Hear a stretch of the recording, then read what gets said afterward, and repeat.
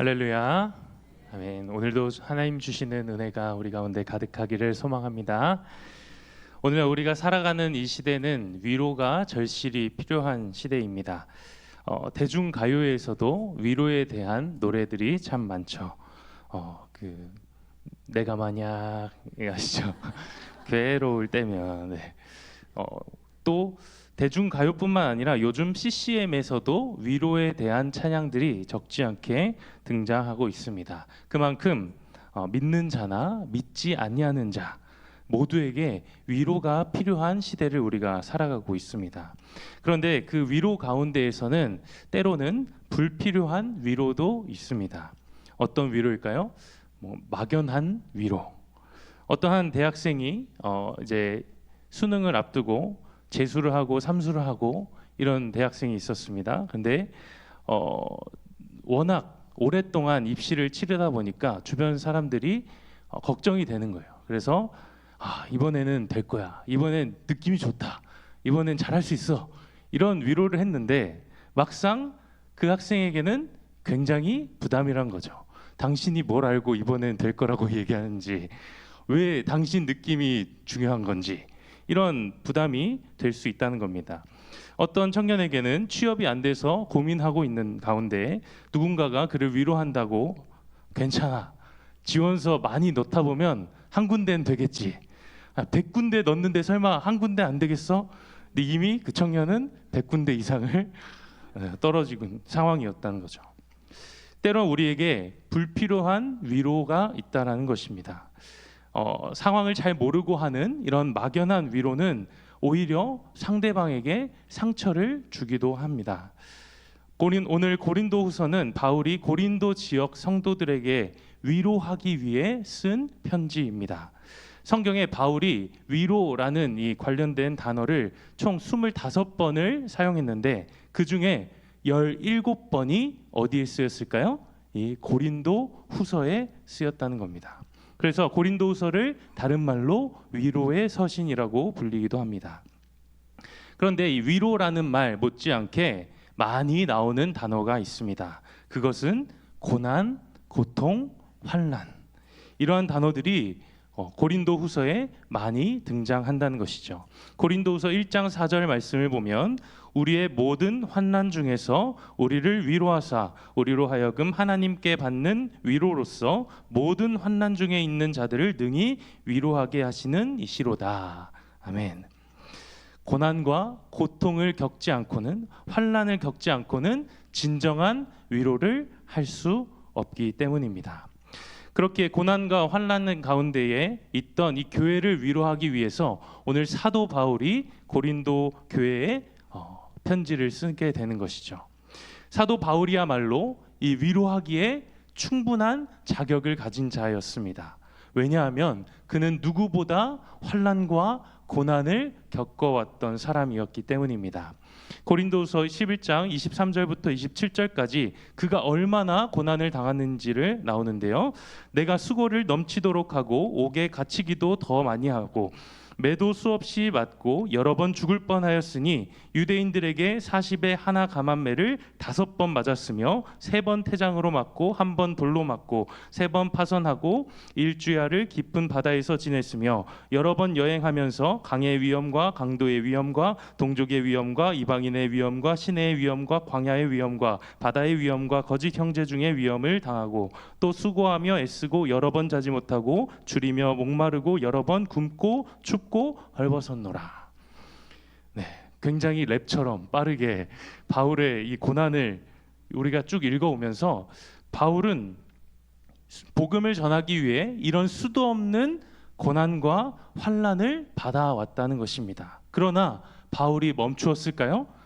아닙니다. 바울은 멈추지 않고 계속 복음을 전했습니다. 오히려 그가 겪은 이 고난을 통하여서, 고난으로 인하여서 환난 가운데 있는 성도들을 위로할 수 있게 되었던 것입니다. 때로 우리의 삶에 고난이 찾아옵니다. 이해하지 못할 고난 때문에 견디기 힘든 시간을 보낼 때가 있습니다. 우리가 주목해야 하는 것은 고난 자체가 아니라 고난을 허락하신 하나님을 주목해야 하는 것입니다.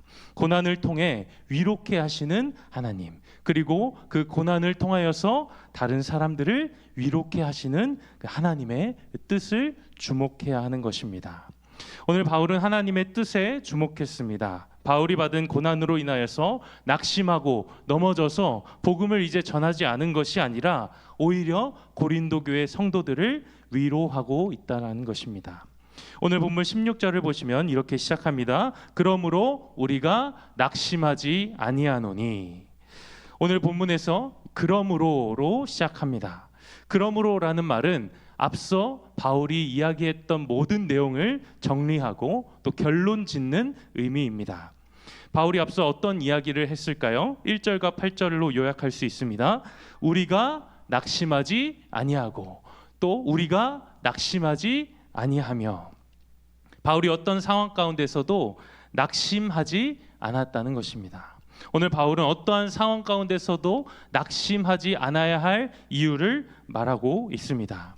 그 이유가 무엇이냐? 16절 하반절에 이렇게 말합니다. 우리 16절을 같이 읽겠습니다. 시작. 그러므로 우리가 낙심하지 아니하노니 우리의 겉사람은 낡아지나 우리의 속사람은 날로 새로워지도다. 아멘. 우리의 겉사람이 낡아진다는 것입니다. 시간이 지나면 지날수록 우리의 육체가 연약해지게 되는 것이죠. 저도 아직 젊지만 나이의 벽을 느끼게 되는 때가 있습니다. 기침하다가 허리가 나가고요. 요새는 걸을 때 이 발등에 관절이 쿡쿡 쑤시면서 관절 좀 아프더라고요. 우리가 나이가 들면 들수록 피부가 노화되고 무릎이 쑤시고 허리가 아프고 거울을 보는 하루하루 내가 언제 이렇게 늙었나 안타까워하죠. 예전에는 저기까지 돌고지역까지 잘도 걸어 다녔는데 이제는 지팡이 없이는 걷지 못하는 우리의 그런 낡은 모습들. 그럼에도 우리가 낙심하지 않는 것은 우리의 속사람이 날로 새로워지기 때문이라고 이야기합니다. 하나님을 통하여 예수 그리스도를 만남으로써 우리가 말씀을 통해 기도를 통해 하나님과 더 가까워지는, 하나님을 더 사랑하게 되는 우리의 속사람, 그리스도의 장성한 분량에 이르기까지 우리의 속사람이 날로 새로워지기 때문에 우리가 낙심하지 않을 수 있다는 것입니다. 나이가 든다는 것이 때로는 아쉽고 서러울 때가 있습니다. 그러나 나이가 든다는 것 또한 하나님께서 주시는 축복입니다. 잠언 20장 29절 말씀에 이렇게 이야기합니다. 우리 같이 읽겠습니다. 시작. 젊은 자의 영화는 그의 힘이요 늙은 자의 아름다움은 백발이니라. 아멘. 삶의 지혜와 지식이, 경험이 쌓여져 간다는 것은 젊은 사람들이 감히 범접할 수 없는 그 영역으로 간다는 것입니다. 늙은 자의 아름다움은 백발이다. 그만큼 인생의 다양한 경험과 지혜가 쌓여져 왔다라는 것입니다. 성경에서도 나이가 들면 들수록 더 지혜로워졌던 사람이 있습니다. 야곱은 젊은 시절 어떤 자였죠? 속이는 자였습니다. 형을 속이고 아버지를 속이며 도주하는 신세가 되었습니다. 젊은 시절 그는 하나님보다 자기 자신을 더 의지하며 살아왔습니다. 그러나 그의 노년에 한 일이 벌어지는데요. 이 가나안과 애굽 주변에 큰 흉년이 들게 되죠. 이때 요셉이 총리로 있었던 이 애굽 지역에만 양식이 있었습니다. 그래서 야곱의 아들들이 양식을 구하기 위해서 애굽으로 갔죠. 그런데 요셉은 형들을 알아보고 형들을 시험하기 위해서 누구를 데리고 오라고 하죠? 집에 있는 베냐민을 데리고 와라. 안 그러면 양식을 팔지 않겠다라고 하죠. 이 말을 들은 야곱이 고심 끝에 이렇게 고백하게 됩니다. 우리 창세기 43장 14절 같이 읽겠습니다. 시작. 전능하신 하나님께서 그 사람 앞에서 너희에게 은혜를 베푸사 그 사람으로 너희 다른 형제와 베냐민을 돌려보내게 하시기를 원하노라. 내가 자식을 잃게 되면 이르리로다. 아멘. 마치 에스더의 고백과 같이 죽으면 죽으리다 말씀하는 것처럼 내가 자식을 잃게 되면 이르리다. 하나님께서 나를 도와주실 것이다. 야곱은 평생 자신을 의지하며 살아왔지만, 자신의 꾀를 의지하며 살아왔지만, 그의 노년에 그는 하나님을 의지하기 시작합니다.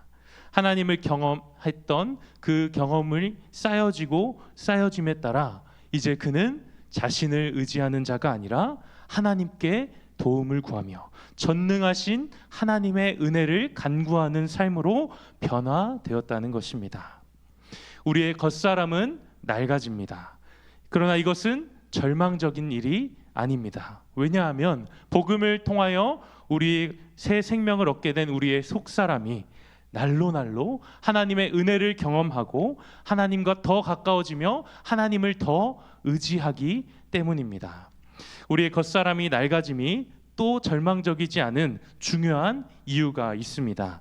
고린도후서 5장 1절 말씀 우리 같이 읽겠습니다. 시작. 만일 땅에 있는 우리의 장막집이 무너지면 하나님께서 지으신 집 곧 손으로 지으신 것이 아니요 하늘에 있는 영원한 집이 우리에게 있는 줄 아느니라. 아멘.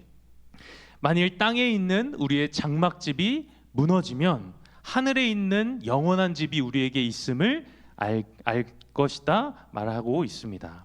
여기서 이 장막집이라는 것은 우리의 육체를 이야기합니다. 우리의 겉사람과 똑같은 표현입니다.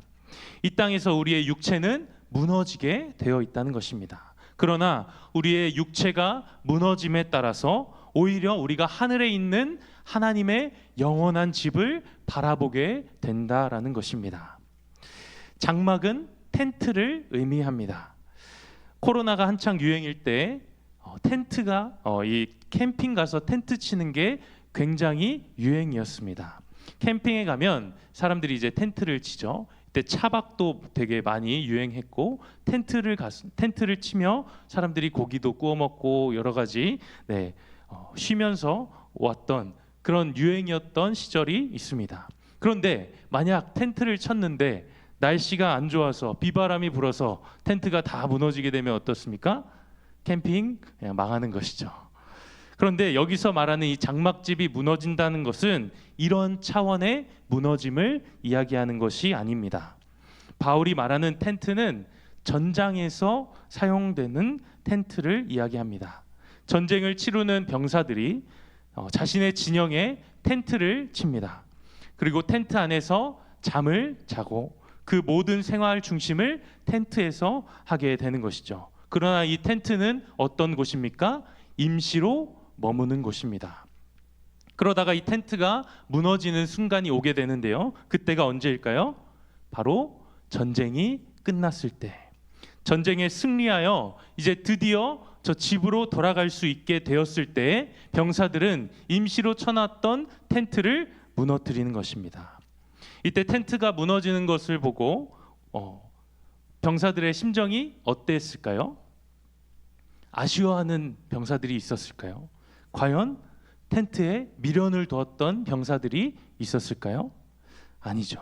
텐트가 무너질 때는 이제 가족들을 볼 수 있겠다라는 마음, 나의 진짜 거처로 나아갈 수 있겠다는 기쁨과 설렘, 그리고 감격스러운 마음만 남아 있었을 것입니다. 우리의 겉사람이 이런 텐트와 같다는 것입니다. 시간이 지날수록 텐트는 낡아집니다. 구멍도 뚫리고 고장도 납니다. 그리고 때가 되면 무너지게 되는 순간이 찾아옵니다. 그러나 육체의 무너짐이 결코 아쉽고 힘든 일이 아니라 더 나은 본향으로 가기 위한 기쁨의 여정이라는 사실을 기억하시기 바랍니다. 이 땅에서 우리의 육신을 괴롭게 하고 힘들게 하는 고난이 너무나도 많죠. 그러나 우리가 낙심하지 않을 이유는 우리의 겉사람이 낡아지나 우리의 속사람, 하나님 나라를 갈망하며 그 나라를 소망하기를 원하는 우리의 속사람이 날로 새로워지기 때문이라는 것입니다. 시간이 지나면 지날수록 하나님을 사랑하는 그 마음이 더 커지시는 우리 모든 성도님들 되기를 간절히 소망합니다. 아멘. 우리의 썩어 없어질 육신을 주목하기보다 영원한 하나님의 나라를 바라보며 우리의 속사람이 날로 새로워지기를 소망합니다. 그렇다면 어떻게 우리의 속사람이 날로 새로워질 수 있을까요? 바울은 오늘 17절 말씀을 통하여서 이렇게 이야기합니다. 우리가 잠시 받는 환난에 경한 것이 지극히 크고 영원한 영광에 중한 것을 우리에게 이루게 함이니. 오늘 이 말씀을 헬라어 원어로 보면 17절 말씀 앞에는 왜냐하면이라는 말이 붙어 있습니다. 우리가 16절과 17절 이 말씀을 왜냐하면을 넣어서 함께 읽겠습니다. 시작. 그러므로 우리가 낙심하지 아니하노니 우리의 겉사람은 낡아지나 우리의 속사람은 날로 새로워지도다. 왜냐하면 우리가 잠시 받는 환난에 경한 것이 지극히 크고 영원한 영광에 중한 것을 우리에게 이루게 함이니. 아멘. 여러분들, 놀이터에 가면 시소가 있습니다. 시소가 움직이는 방법, 시소에 작용되는 원리가 무엇입니까? 바로 무게입니다. 시소는 몇 명이 탔는지, 얼마나 많은 사람이 탔는지가 중요한 것이 아니라 무게에 따라서 왼쪽으로 기울기도 하고 오른쪽으로 기울기도 합니다. 아무리 많은 아이들이 타고 있다 하더라도 마동석 씨 같은 큰 사람이 한 명 딱 타 있으면 움직입니까? 안 움직입니까? 움직이지 않는 것이죠. 오늘 바울은 환난과 영광을 무게로 표현하고 있습니다. 바울은 환난의 무게를 가벼운 것이라고 이야기합니다. 이 말은 환난이 결코 견디기 쉬운 것이라는 표현이 아닙니다. 실제로 바울이 겪었던 환난은 극심한 환난이었습니다. 고린도후서 1장 8절에 이렇게 이야기합니다. 형제들아, 우리가 아시아에서 당한 환난을 너희가 모르기를 원하지 아니하노니 힘에 겹도록 심한 고난을 당하여 살 소망까지 끊어지고. 바울이 당했던 환난이 이러한 환난이었습니다. 살 소망까지 끊어진 환난, 극심한 환난을 바울은 여러 번 겪어왔다는 것입니다. 그러나 바울이 환난을 오늘 경한 것, 가벼운 것이라고 말하는 이 이유는 장차 받게 될 영광의 무게가 훨씬 더 크기 때문입니다. 로마서 8장 18절에도 이렇게 이야기합니다. 생각하건대 현재의 고난은 장차 우리에게 나타날 영광과 비교할 수 없도다. 아멘. 마치 시소 위에 수많은 고난이 쌓여진다 하더라도 그 반대편에 있는 너무나도 무겁고 지극히 크고 영원한 영광의 무게가 딱 버티고 있는 것 같이, 아무리 많은 환난이 쌓여진다 하더라도 그 영광의 무게를 이길 수 없다는 것입니다. 그렇다면 우리의 인생 가운데서 그 무게의 추를 흔들 수도 없는 이 고난이 우리에게 왜 주어지는 것일까요? 이 고난이 우리에게 갖는, 환난이 우리에게 주는 의미가 무엇일까요? 환난은 우리로 하여금 준비하게 합니다. 17절 말씀을 보시면 이루게라는 이 말이 준비하다라는 뜻입니다. 그래서 우리가 잠시 받는 이 환난에 경한 것이 지극히 크고 영원한 영광에 중한 것을 우리에게 준비하게 하려 함이다 말씀합니다. 고난은 우리를 준비하게 합니다. 이 땅에서의 삶이 다가 아니라 이 땅에서의 삶을 넘어서 지극히 크고 영원한 영광이 있음을 준비하게 합니다. 바울은 감옥에 갇히고 매맞고 죽을 고비를 다 넘기면서 준비되어졌습니다. 이 땅에 썩어 없어질 영광과는 비교도 되지 않을 만큼 지극히 크고 영원한 하나님의 영광을 준비하는 자로 살아갔다는 것입니다. 하나님께서 우리에게 고난을 허락하시는 이유가 바로 이것입니다. 고난이 없이는 우리가 이 땅이 전부인 것처럼 살아가기 때문입니다. 우리는 고난 가운데서 하나님을 경험합니다. 고난이 올 때 우리는 기도합니다. 고난을 감내하는 것이 너무나도 어렵고 괴롭지만 하나님의 축복은 고난이라는 이 포장지 안에 쌓여서 우리에게 온다라는 것입니다. 성경의 많은 이들 가운데 고난 가운데서 하나님을 찾고 하나님을 부르짖으며 하나님을 간절히 만났던, 하나님께 간절히 매달렸던 사람들이 너무나도 많이 나옵니다. 고난하면 떠오르는 성경의 대표적인 인물이 있습니다. 바로 욥이죠. 욥은 이유 모를 고난을 받았습니다. 하루아침에 모든 재산이 다 없어지고 심지어는 10명의 자식들까지 다 잃게 되었습니다. 온 몸에 종기가 나서 질그릇 조각으로 벅벅 긁지 않으면 살 수 없을 만큼 힘들고 극심한 환난 가운데 있었습니다. 그러나 이러한 고난 앞에서도 욥은 하나님을 향한 믿음을 저버리지 않았습니다. 오히려 그는 이렇게 고백합니다. 우리 함께 욥기 23장 10절 말씀 읽겠습니다. 시작. 그러나 내가 가는 길을 그가 아시나니 그가 나를 단련하신 후에는 내가 승금같이 되어 나오리라. 아멘. 고난은 우리로 하여금 하나님만을 의지하게 한다는 것입니다. 영원한 하나님의 나라를 소망하게 합니다. 그래서 바울은 오늘 18절 말씀에 이렇게 이야기합니다. 우리가 주목하는 것은 보이는 것이 아니요 보이지 않는 것이니 보이는 것은 잠깐이요 보이지 않는 것은 영원함이라. 아멘. 우리는 보이는 것에 집중합니다. 우리 눈앞에 놓인 현실에 집중합니다. 나를 넘어뜨리게 하는 저 사람의, 저 문제 앞에 우리는 집중합니다. 그러나 성경은 말합니다. 우리가 주목하는 것은 보이는 것이 아니요 보이지 않는 것이니 보이는 것은 잠깐이요 보이지 않는 것은 영원함이라. 아멘. 우리는 보이지 않는 하나님의 나라를 소유한 자들입니다. 보이지 않는다고 해서 없는 것이 아닙니다. 오히려 보이지 않는 하나님의 나라만이 영원한 것입니다. 그렇다면 우리는 어떻게 보이지 않는 것을 볼 수 있을까요? 어떻게 저 영원한 것을 바라볼 수 있을까요? 히브리서 11장 1절 말씀에 믿음은 바라는 것들의 실상이요 보이지 않는 것들의 증거니. 우리는 믿음으로 하나님의 나라를 바라보게 됩니다. 우리는 믿음으로 보이지 않는 영원하신 하나님께서 주시는 그 영광을 바라보며 살아갈 수 있는 것입니다. 예수 그리스도를 믿는 믿음은 우리의 속사람을 날로 새롭게 한다는 것입니다. 어떻게 이런 일이 가능할까요? 어떻게 우리가 보이지 않는 것을 보고 믿으며 살아갈 수 있는 것일까요? 그것은 보이지 아니하시는 하나님께서 우리에게 보이셨기 때문입니다. 요한복음 1장 14절 말씀에 말씀이 육신되어 우리 가운데 거하심에 우리가 그의 영광을 보니 아버지의 독생자의 영광이요 은혜와 진리가 충만하더라. 아멘. 말씀이 육신이 되어 보이지 않는 하나님이신 예수님이 보이는 사람의 몸을 입고 이 땅에 오셨습니다. 많은 사람들에게 자신을 보이셨고 많은 사람들이 그를 만졌고 예수님과 함께 했습니다. 그리고 예수 그리스도의 십자가를 통하여 우리의 모든 죄를 대속하여 주심으로 우리가 하나님의 영광을 바라볼 수 있게 되었다는 것입니다.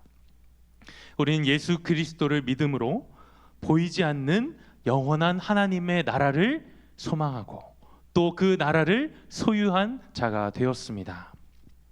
말씀을 정리합니다. 우리 앞에 놓인 고난과 환난은 우리를 괴롭게 합니다. 우리의 가정과 직장과 교회와 우리의 모든 생활 가운데서 나를 괴롭게 하는, 나에게 스트레스를 주는 사람들, 일들이 있다는 것입니다. 그러나 예수 그리스도를 통하여 우리는 보이지 않는 것을 볼 수 있게 되었습니다. 예수 그리스도를 믿음으로 우리는 보이지 않는 영원한 것을 소망하게 되었습니다. 고난을 통하여 이 땅 가운데서 이 땅의 삶이 전부가 아님을 우리가 알게 됩니다. 그리고 우리로 하여금 보이지 않는 것을 준비케 하신다는 것입니다. 보이는 이 땅에서의 삶, 영원하지 않은 이 땅에서의 삶에 우리 이 땅에서의 삶을 살아갈 때 우리가 주목해야 하는 것은 이 땅이 아니라 보이지 않는 영원한 하나님의 나라인 줄로 믿습니다. 예수 그리스도께서 다시 오시는 그날, 그리스도 안에서 영광스러운 몸을 입고 다시 부활하게 될 우리의 몸, 그리고 하나님과 함께 기쁨에 참여하게 되는 그 잔치 가운데에 기뻐하며 하나님을 맞이하게 될 그 날을 소망하며 믿으며 살아가시는 우리 모든 성도님들 되시기를 간절히 소망합니다. 이 시간 함께 찬양하실 때 우리의 고단한 인생길에 늘 함께 하시고 우리의 힘이 되어 주시는, 우리의 눈에 보이지 않지만 우리와 함께 하시는 주님을 의지하며 우리의 모든 것을 맡기며 나아가는 우리의 삶이 되기를 소망합니다. 함께 찬양하시겠습니다.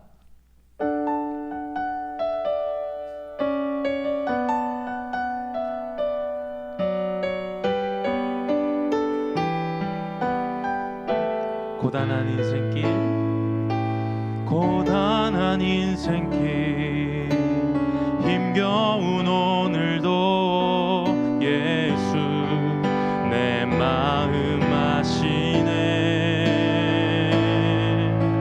지나간 아픔도 마주할 세상도 예수 내 마음 한 번 더 고백합니다. 고단한 인생길, 고단한 인생길, 힘겨운 오늘도 예수 내 마음 아시네.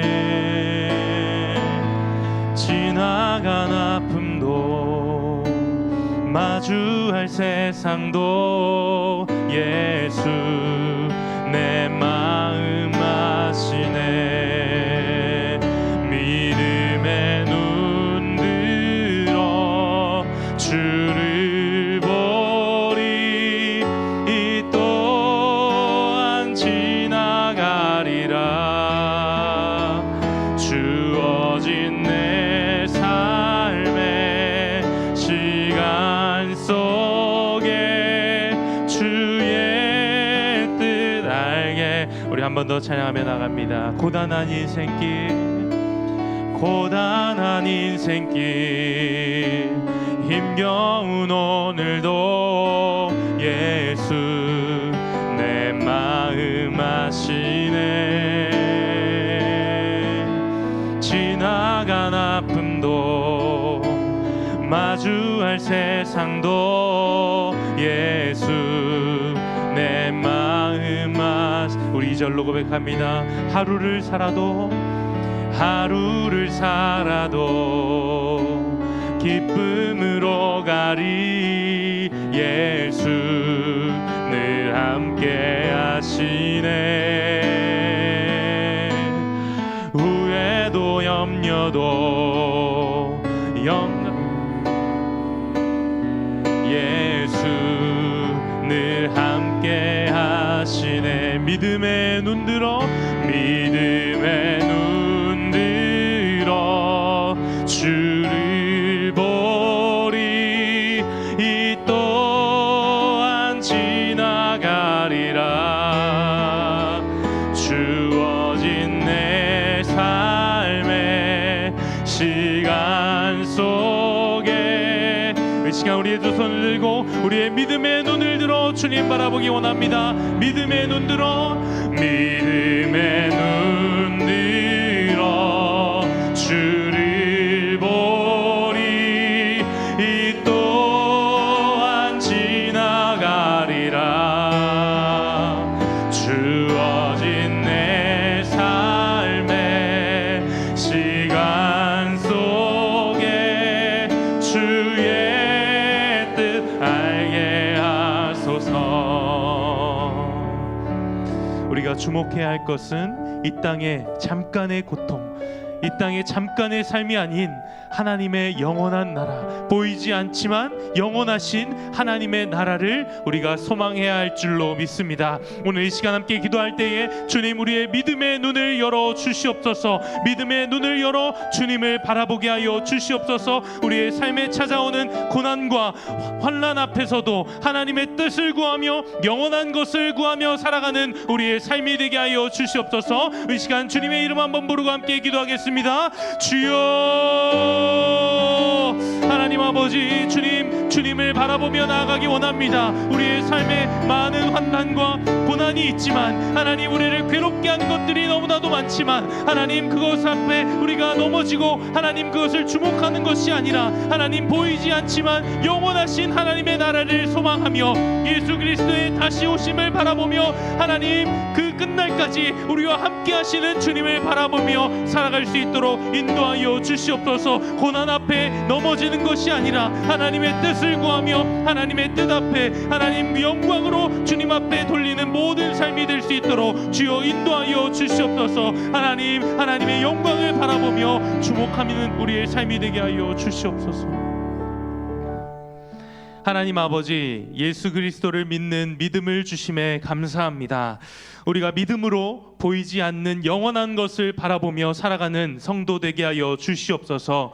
고난과 고통이 가득한 우리의 인생길이지만 예수께서 함께 하심에 우리가 넉넉히 이길 수 있음을 고백하게 하여 주시옵소서. 고난을 통해 주시는 하나님의 뜻을 발견하게 하시고 보여지는 이 땅의 삶이 전부가 아니라 보이지 않는 영원한 하나님의 나라를 소망하며 살아가게 하여 주시옵소서. 예수님의 이름으로 기도합니다. 아멘.